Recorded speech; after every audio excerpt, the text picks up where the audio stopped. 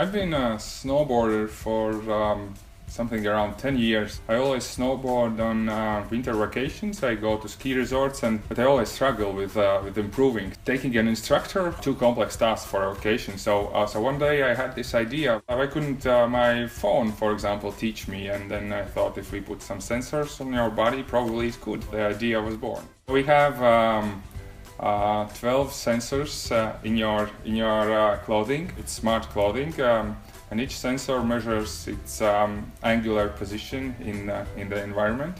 Basically, we have all your movements, your live motion capture in your smartphone, and then on top of that, we have a software that analyzes your movements and actually works like a real coach. You make a mistake, for example, you're not going down the knees enough while you're snowboarding down the mountain.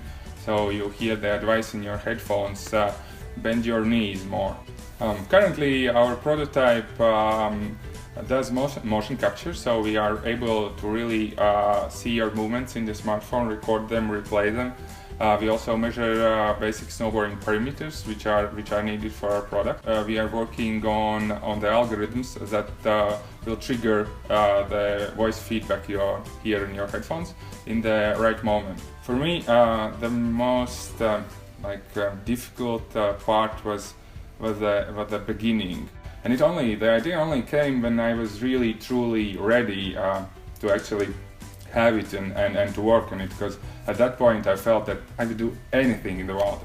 I don't care how much it costs to me personally. When I had this idea, I right away understood that it's too big for me. I didn't have any technical background and also a little bit of business. First of all, I went to look for a mentor from the business side, and actually the first person I talked to agreed, even proposed not to be a mentor but wanted to be my partner. And then later on we searched for the technology, found artists in the Institute of Computer Science and Electronics in Riga. He was working with the motion sensors actually that could be used in our case. And last year he just defended his doctoral dissertation on the electronics, on the motion sensors.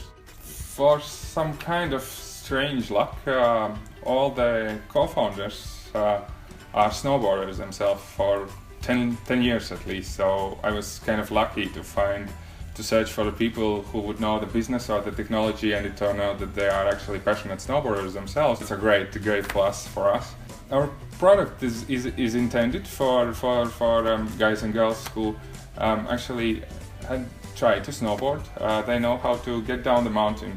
Maybe not very well, but they could also be pretty advanced there. The idea is that the suit helps you fix your posture issues, so you get a lot better balance on the board, and this means you get more confident and you can start learning tricks. In the world we see that around 12 million snowboarders could fit our target profile. This is 18 to 35 years old who spend a lot on their gear and go to ski resorts each winter. In the future we see that we could find some ties probably with big snowboarding brands who actually manufacture snowboarding clothes. At this point we have to actually build everything ourselves to prove that this technology is really useful for teaching snowboarding. We were looking for more expertise, for mentorship, because no one of us was in the startup world. We actually searched for an accelerator who would accelerator program, and we found that there is one in Tartu called Build It. The first day we were in Estonia, we saw that there is this competition, Prototron, and it's the last day when you can apply. We had something like 1 hour left before we were leaving back to Riga, so we filled in the questionnaire, and we got to the next stage, and then to the next, and then to the next, and we are here. Prototron was really the right competition at the right time for us, and it really helps us now moving forward with our prototype. If you want to really do something big, you have to really want it. You cannot just wish it, you really have to want it really.